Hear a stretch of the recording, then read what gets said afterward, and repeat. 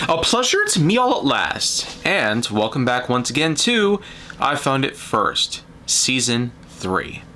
So, even though we are circumnavigating a lot of the more recent side of things, I can assure you, I still will be having some older mementos left to showcase for the series. Probably some of the last that I'll ever do. And it goes without saying that, sure, this series could eventually run out of steam in a way. And I feel like that's an ingenious segue to bring about my next core subject in correspondence to this series in general. What I got for the rail exploration segment of which that I plan on doing for this series, I Found It First Season 3 is proud to present to you one of a good handful of different locomotives on display. Soo Line number 2714. And I made a video of it back in February 2025 in which that I did a little tour of it from front to back, recording with my phone in the snow.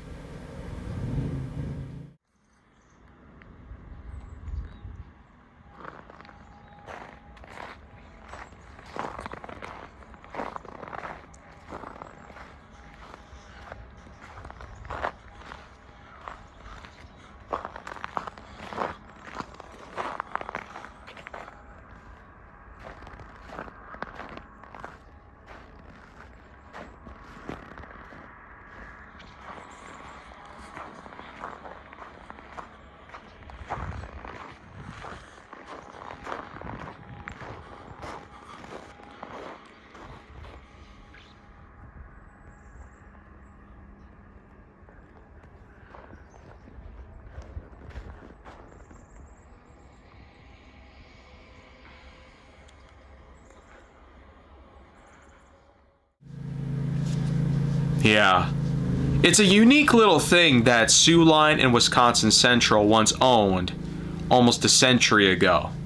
And the fact that it still stands today is a great reminder that these older railroads once had a lot of control over quite an older line that still does exist today through the likes of Canadian National, plus a handful of others here and there.